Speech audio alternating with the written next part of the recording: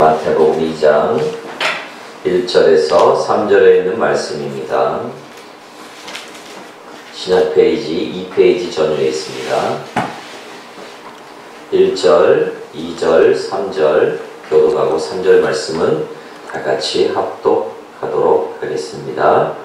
제가 먼저 읽습니다. 헤롯 왕 때 예수께서 유대 베들레헴에서 나심에 동방으로부터 박사들이 예루살렘에 이르러 말하되 유대인의 왕으로 나시니가 어디 계시냐? 우리가 동방에서 그의 별을 보고 그에게 경배하러 왔노라 하니 헤롯 왕과 온 예루살렘이 듣고 소동한지라. 아멘. 우리 차와업들 인사 나누도록 하겠습니다. 예수님의 탄생을 축하합시다. 이렇게 한번 고백 한번 합시다. 네, 축하합시다. 네. 제가 이쪽만을 바라보고 설교를 해야 되겠어요. 여러분, 이 성탄절이라는 것이 여러분은 몇 번째 맞는 성탄절입니까? 네. 되게 많죠? 네. 글쎄요, 한 10번 이상의 성탄절을 맞이하고 성탄절의 유래라 보면 2000번은 됐을 겁니다. 그렇죠? 2000년에 예수님 오셨으니까 2000번 이상의 성탄절을 그렇게 맞이했어요. 그리고 우리는 우리들의 성탄절을 그렇게 많이 보내왔습니다. 근데 이 성탄절의 문제는 참으로 이 성탄절의 본 의미가 많은 시간을 거쳐오면서 퇴색해버린 것이 참 안타깝다는 것이죠. 이 성탄절은 많이 좀 세습화가 되어 있는 것이 지금의 현실이라고 생각합니다. 그래서 여러분, 영국에서 어느 도시에서는 성탄절이라는 이름 자체를 바꾸자는 의견이 올라왔죠. 그게 뭐냐면 윈터월, 겨울의 축제라는 그런 의미로 성탄절을 바꾸자, 이름을 바꾸자라고 한 도시에서는 그러한 건의도 있었습니다. 그것이 지금의 시대의 성탄절을 맞이하는 분위기, 겨울을 즐기고 겨울에 예수 그리스도의 나심의 성탄절의 의미는 없고 먹고 마시고 즐기는 이 축제의 분위기가 성탄절을 대언하고 있는 것 같습니다. 또 여러분, 성탄목이라는 게 있죠. 저에게도 하고 있어요. 이 성탄목, 교회에서나 백화점에서 장식하는 것이 이 상업주의에 물든 모습을 이 성탄목을 보면서 좀 지울 수가 없습니다. 안타까운 모습.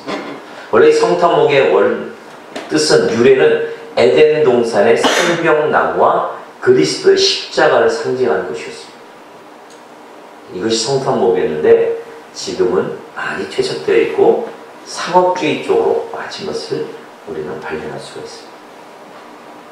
자, 그럼 저는 여러분들에게 우리가 온전한 성탄절, 그렇게 많은 2000번의 성탄절을 보내왔고 또 여러분들의 삶 가운데 성탄절을 그렇게 많이 보내왔음에 과연 2014년도를 맞이하면서 하나님이 원하시는 진정한 성탄절을 보내기 위해서는 우리는 어떠한 것들을 우리가 다시 생각해야 되고 어떠한 것을 다시 회복해야 될 것인가, 이것에 대한 질문을 드리고 이것에 대한 해답을 여러분들과 같이 나누고자 합니다. 자, 우리가 진정한 성경이 말씀하고 증언하고 있는 성탄절을 보내기 위해서는, 회복하기 위해서는 어떻게 해야 될까요? 무엇을 우리는 살펴보아야 될까요? 그것은 가장 첫 번째 보냈던 성탄의 시간을 우리는 생각해 봐야 돼요. 여러분, 무엇이든지 가장 첫 번째가 가장 의미 있는 거예요. 가장 뜻이 가장 깊게 그 계절과 그 행사 속에 들어가 있는 거예요. 성탄절도 마찬가지예요. 어느 때 성탄절이 가장 그 성경이 말하고 있는 원래 뜻에 부합한 성탄절이었을까요? 그것은 첫 번째 성탄절이었어요. 여러분 모두 첫 번째 그 성탄절이 말하고 있고 증언하고 있고 나타내는 그 성탄의 의미, 신앙을 회복하는 여러분이 되시길 예수 이름으로 축원드립니다. 아멘. 두 번째로 생각해봐야 될 건 뭐냐면, 그런 첫 번째 성탄절날 그 성탄의 의미를 온전하게 보낸 부류가 누구인 것인가 라는 것을 생각해 보아야 돼요. 여러분, 우리가 성경에 말씀하고 있고 오늘 본문에서 말씀하고 있는 첫 번째 성탄주일날, 성탄절을 가장 의미 있고 성탄절의 의미를 가장 깊게 아주 진하게 깨달은 부류가 누구일까요? 헤롯이었을까요? 유대인들의 관원들과 유대인들의 바리새인들과 서기관들이었을까요? 아닙니다. 그렇게 유대인의 왕으로 메시아를 기다렸던 그 유대인들조차도 예수의 탄생하심의 진정한 의미를 알아차리지 못했습니다. 도리어 오늘 본문에 보면 등장하는 이 동방박사들이 온전한 성탄의 진정한 의미를 깨닫고 그 성탄의 신앙을 온전히 보낸 사람들입니다. 여러분, 동방박사가 보내고 동방박사가 가졌던 성탄의 신앙을 우리는 살펴봐야 돼요. 그들이 왜 동방박사를 왜 그렇게 강조하느냐? 하나님 성탄의 주인공은 예수 그리스도입니다. 그러나 그 성탄을 진정 뜻깊고 의미있게 성경이 말하고 있는 대로 경험한 사람들이 오늘 동방박사였어요. 그래서 오늘 동방박사의 신앙의 모습, 성탄을 맞이하고 성탄절을 어떻게 첫 번째 성탄절을 이들은 보냈는가에 대해서 말씀을 나누고 그의 답을 여러분들의 삶 가운데 누리시길 바라겠습니다. 동방박사의 성탄 신앙을 우리가 생각하기 위해서는 한 가지 질문을 해봐야 됩니다. 그 질문은 무엇이냐면 왜 동방박사는 그 멀리에서 아기 예수를 찾아왔는가입니다. 동방박사는 누구고 그 동방박사는 왜 그 먼 곳에서 아기 예수를 찾아왔는가? 풀어나가 볼까요? 기록에 하면 동방박사들은 주전 7세기경에 동쪽 메소포타미아 지역의 메대 족속으로 알려져 있습니다. 많은 역사가들은 그들이 노아의 세 아들 중 하나였던 셈의 후손이라고 증언하고 있습니다. 이 메대 족속들은 나중에 페르시아와 연합을 하여 메데 페르시아라는 역사상 가장 큰 나라 중에 하나를 형성하게 됩니다. 동방박사가 속한 페르시아는 바벨론 제국에서 뿐만 아니라 예수님께서 태어날 그 팔레스타인 전 지역에 걸쳐 흩어져 있었어요. 그래서 아직도 많은 힘을 갖고 있다고 합니다. 그래서 그들이 여행을 할 때 수많은 군인들과 노예들을 거느리고 다녔다고 합니다. 그러므로 저들이 예루살렘 성에 나타남은 당시의 남을 의심하기로 유명했던 폭군 헤롯 왕에게는 엄청난 충격과 위협을 주는 사건이었습니다. 오늘 3절 말씀에 뭐라고 말씀하고 있습니다. 헤롯 왕가 온 예루살렘 듣고 소동한지라. 왜 소동했을까요? 어떻게 생각하면 그 예수가 난다는 그 소문에 소동했을까요? 아니에요. 그것도 있겠지만 이 헤롯, 이 동방박사들이 우리는 세 사람이 왔을 거라 생각하죠. 그 동방박사가 속한 페르시아, 이 사람들이 왕들이 거느렸을 때 그 노예와 군인들이 엄청났어요. 그 규모를 보고 놀랐어요. 소동한 거예요. 그걸 통해서 성경을 다시 또 해석할 수가 있습니다. 자, 그럼 이들이 찾아온 이유는 여러분 너무나 잘 알아요.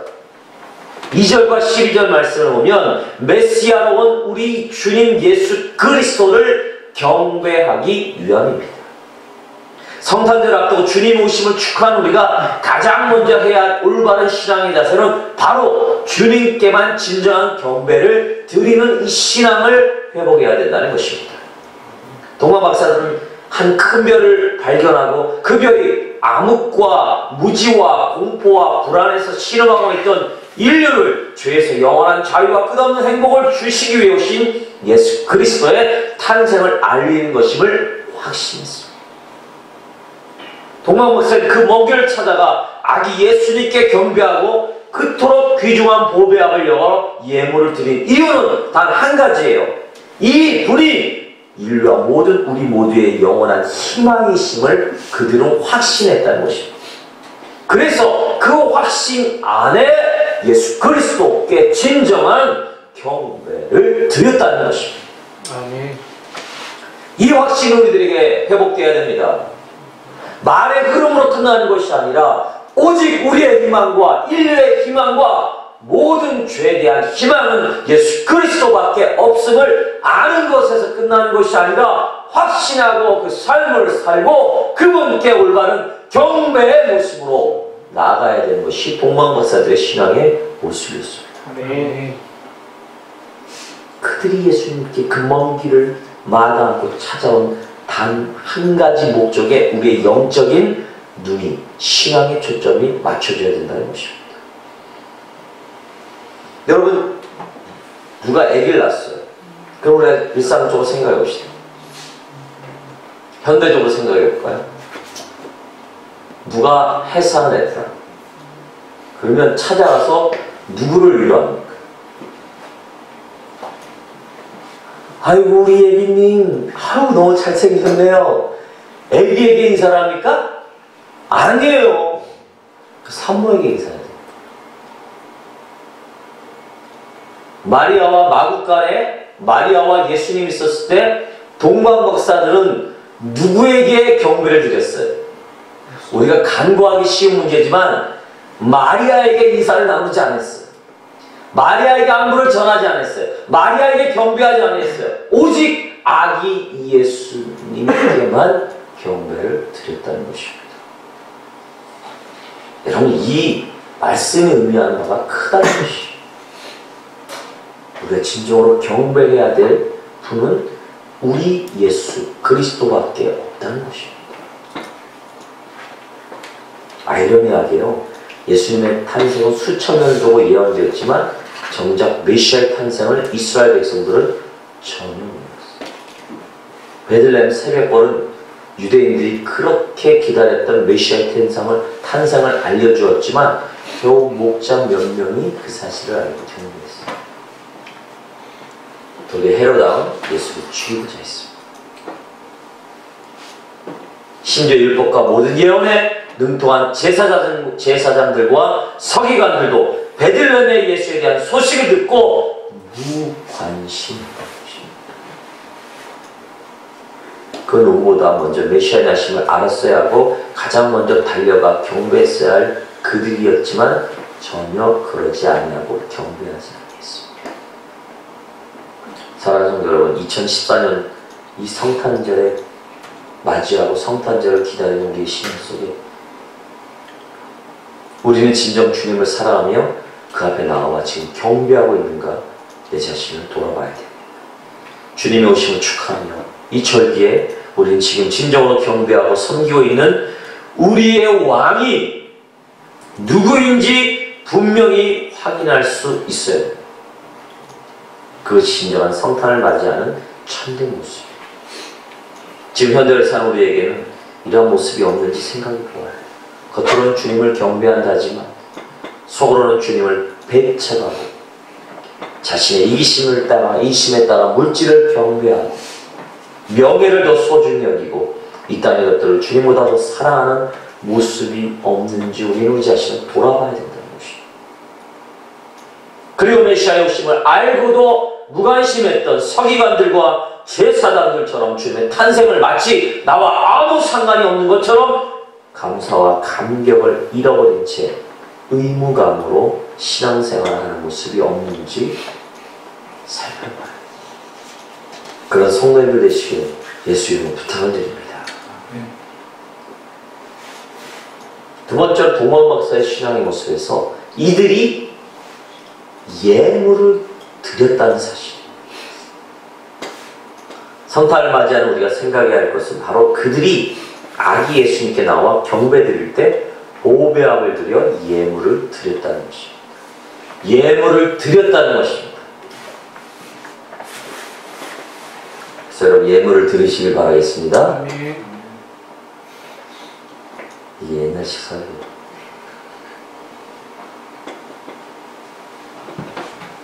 황금은 예로부터 임금에 드리는 예물이었어요. 그렇죠? 가장 고귀한 것이고 모든 물질을 대표하는 것이고 유황, 제사장에게 드리는 예물. 유황나무에서 나는 희고 향기로운 진액이 바로 유황. 제사장을 세울 때 사용되는 것이고 예수님이 대제사장 되심을 인정하는 것을 나타내는 것이죠. 마지막 몰약. 몰약은 무엇입니까? 죽은 사람에게 바르는 것이죠. 그러므로 몰약을 아기 예수님께 드렸다는 것은 예수 그리스도께서 인간을 위해 죽으실 분임을, 즉 우리 인간을 위해 죽으러 이 세상에 오신 구세주이심을 상징하는 것이에요. 지식을 주님께서 하늘의 빛난 보좌를 마다하시고 우리 인생들을 위해 죽으러 이 세상에 오신 분임을 인정합니다. 그러면 이 예물이 갖는 의미가 뭐란 말이에요? 여러분 예물을 드려야 했어요. 황금, 유황, 몰약 드릴 수 있습니까? 성경에서 말하는 것은 이 예물에 의미한 것은 제사장 되시고 왕 되시고 그렇게 우리를 위해 죽으실 구세주 되신 예수 그리스도를 인정하는 것이죠. 그 인정과 함께 이 예물이 갖는 의미는 우리의 헌신을 의미한다는 것이에요. 물질이 아닙니다. 여러분들의 헌신된 마음, 한 가지 질문을 드릴까요? 여러분 헌신하십시오. 이 헌신은 어디에서 나올 수 있을까요? 이 진정한 헌신은 무엇이라 말할 수 있겠습니까?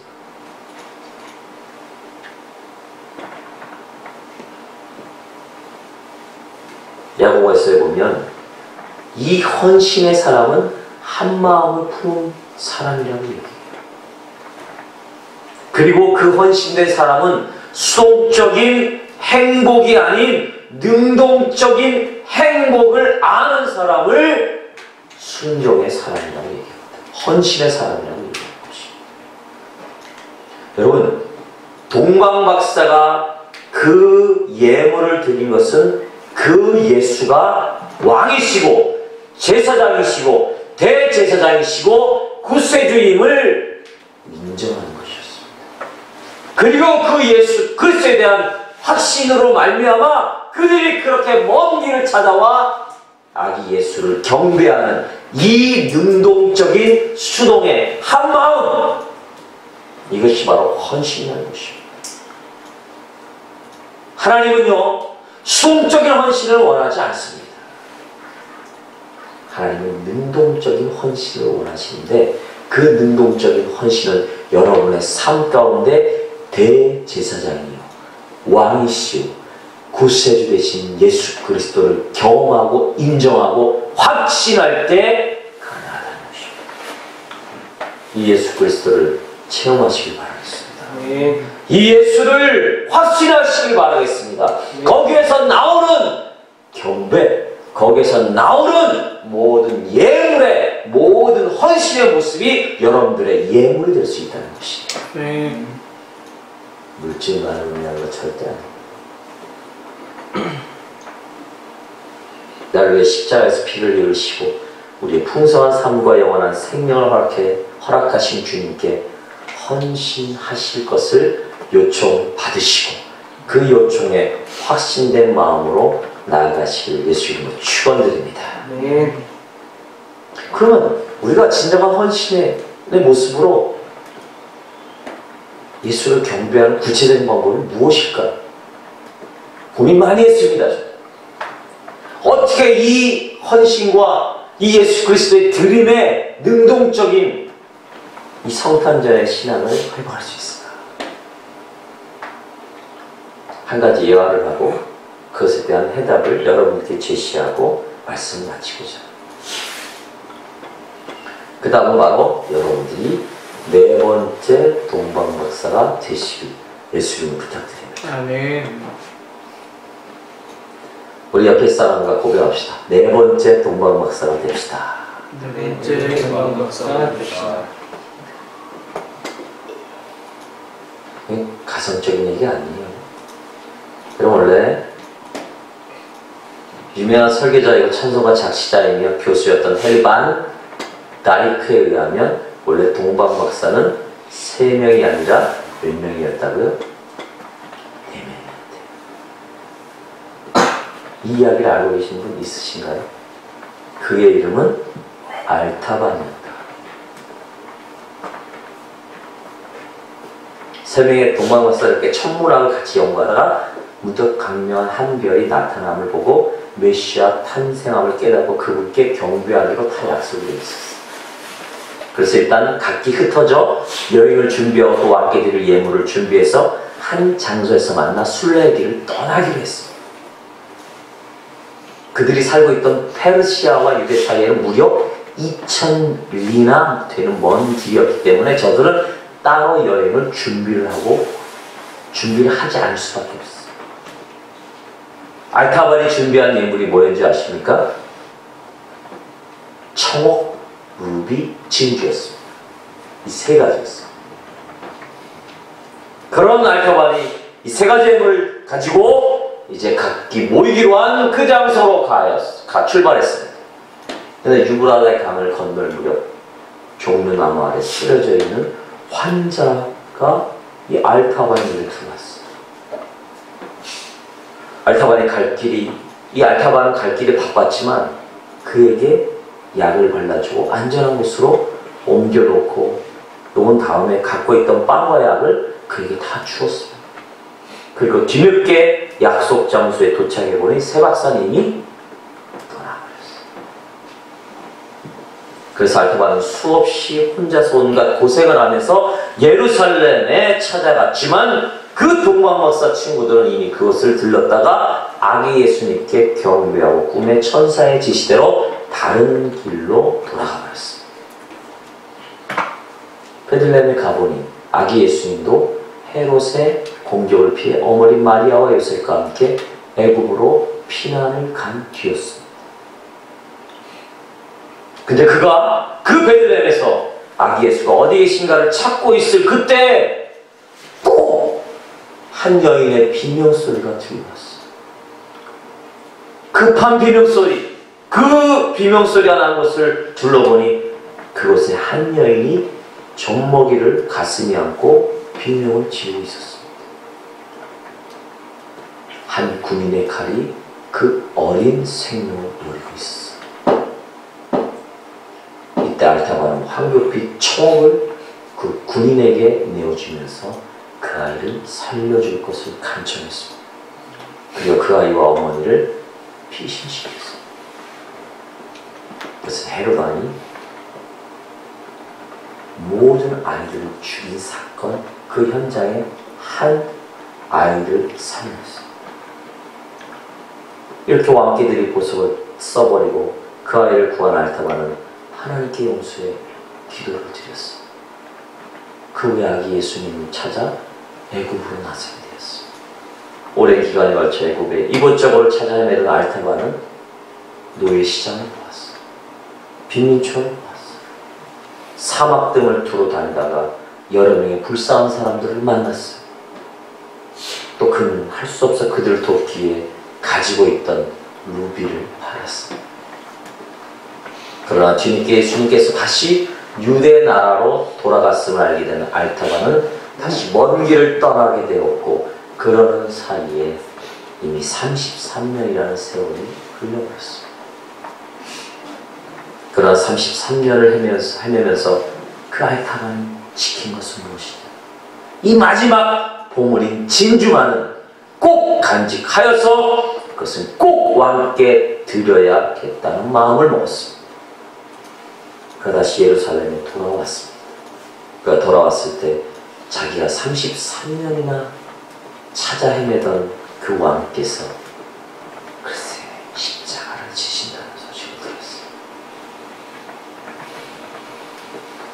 그래서 그는 가진 진주로 그 예수 그리스도 왕을 소명하리라.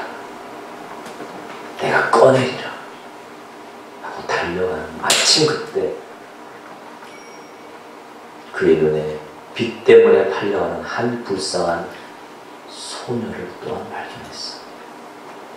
아버지의 빛 때문에 노예로 팔려가는 애절한 그 소녀의 마지막 모습에 이 알타바는 그 왕을 속량하여 남겨놓은 진주를 그 주인에게 줘서 그 소녀를 속량하고 구출해냈습니다. 이제 아무것도 남지 않은 알타만이지만 그의 마음속에 일찍이 경험해보지 못한 마음의 평화가 깊이 스며들었어요. 그리고 이제 늙고 지친 알타만은 그만 땅에 쓰러지고 말았습니다. 그러나 그 순간 하늘에서 어떤 음성이 들려왔고 알타바는 그 음성에 화답하듯이 이렇게 중얼었다. 그렇지 않습니다. 주님, 제가 언제 굶주린 당신에게 먹을 것을 드렸습니까? 언제 목마른 당신에게 마실 것을 드렸습니까?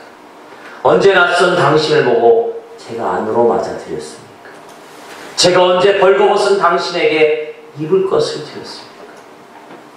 병들어 누워있는 당신, 감옥에 갇힌 당신에게 제가 언제 찾아갔습니까?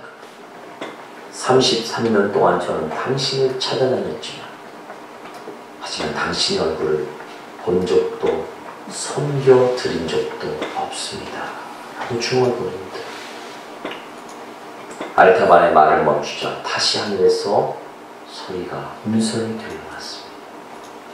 내가 진실로 너희에게 이르노니 너희가 여기 내 형제 중에 지극히 작은 자 하나에게 한 것이 곧 내게 한 것이라.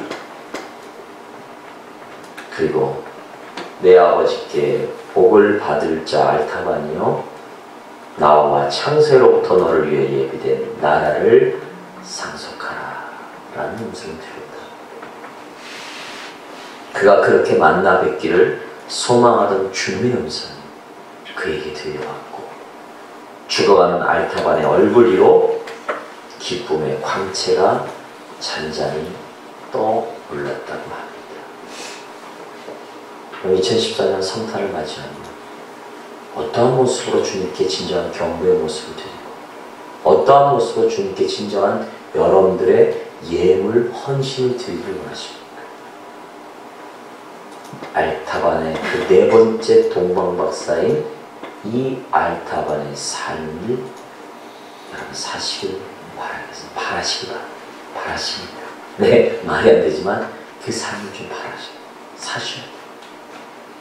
많은 헌신의 의미가 있겠지만, 많은 예수님의 경배의 어떤 모습이 있겠지만, 알타반의 삶이, 이 알타반의 삶이 곧 내 삶이 되기를 간절히 기도하시고 그 삶을 위하여 오늘 하루도 나아가시길 바라겠습니다. 아멘.